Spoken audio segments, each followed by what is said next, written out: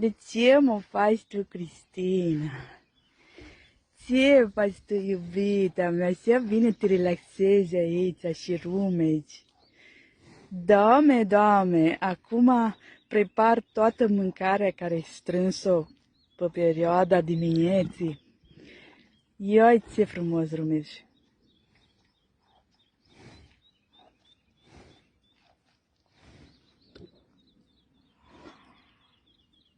Doamne, ce-mi place și vă ascult. Cum rumegați.